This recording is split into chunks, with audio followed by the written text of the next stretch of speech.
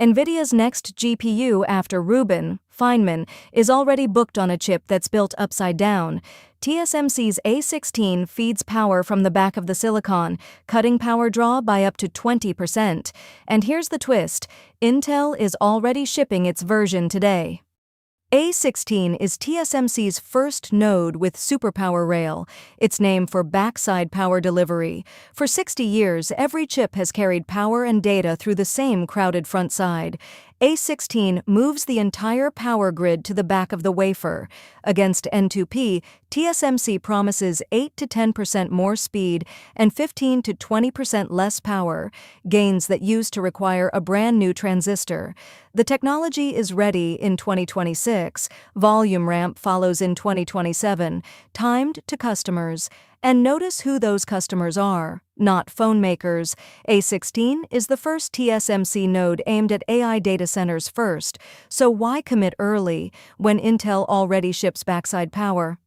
If you work in semiconductors or invest in them, subscribe. This channel maps who actually captures AI's value. Start with why anyone would flip a chip. Picture a city where every water main and power line runs down the middle of every road. That is a modern chip. Signals and power fight for the same dozen wiring layers on the front side.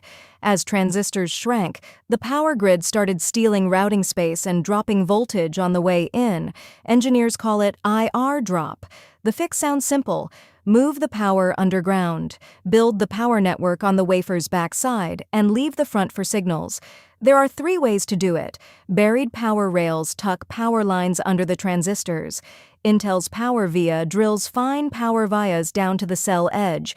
That is what ships in Panther Lake today.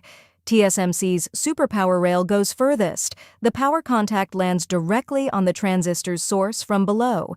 Direct contact means the least wasted area of the 3 and the hardest manufacturing.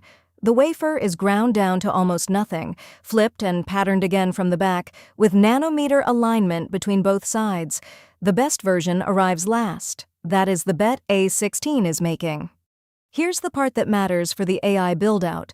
Intel got there first, and that is not spin. PowerVia is shipping in volume inside Panther Lake laptops on 18A, with server parts next in line. For a company that spent a decade chasing TSMC, backside power is a real, rare process lead. Headlines have started calling it the technology that finally gives Intel an edge. Now look at who lined up on the other side. NVIDIA is reported to be A16's first customer. For Feynman, the GPU generation after Rubin. That tells you what A16 is for. Monster AI chips that drink hundreds of amps, where a cleaner power grid is worth almost any wafer price. Today's flagship accelerators already pull around a kilowatt per package, and each generation pushes that higher. Feeding those currents through the front side is simply running out of road. Apple, by contrast, is reported to be waiting for a later node. The smartphone economics don't need this yet. AI economics do. And that is the quiet strategy shift.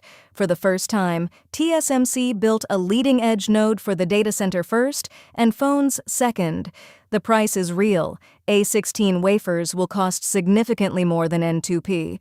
NVIDIA appears happy to pay. When your customers bill by the gigawatt, 20% less power is not a spec. It is money. But flipping a wafer has a bill of its own. Backside processing adds steps, and every step adds cost and yield risk, a brand new learning curve, on top of the most expensive wafers ever sold. Thermals get trickier too. The transistors end up sandwiched between 2 stacks of metal, so heat has fewer easy paths out, on exactly the chips that run hottest.